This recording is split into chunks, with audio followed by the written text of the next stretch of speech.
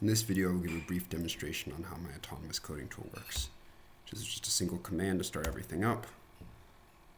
And how this works is that it generates code based on a user prompt. It then runs that code. It then feeds that code back to the LLM.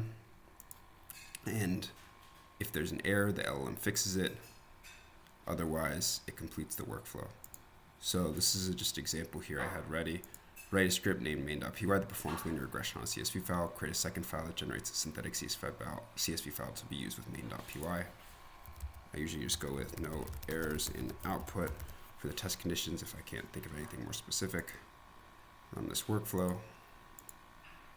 This was my user prompt. This is my test conditions. It's then going to run the code, generate the code. There it is. Here's the Docker file. So readme requirements.txt. It installed pandas, numpy, scikit-learn, generate data.py, and a main.py.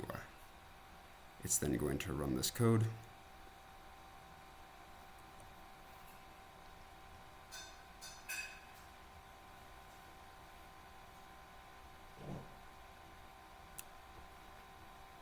And there was this error, no such file or directory.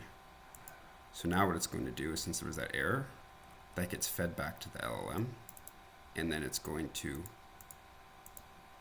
create the replacement code, and then it's going to run it locally again, and if there's another error, it will fix that error. If not, it will complete.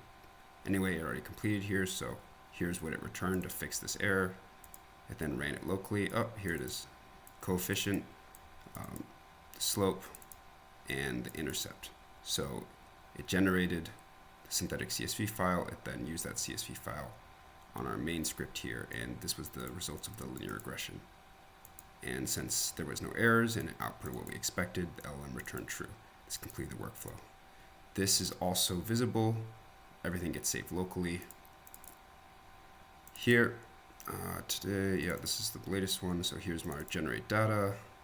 Here's our main.py and the Docker file. So you can run this the same exact way the LLM run it, just with the docker build, docker run commands.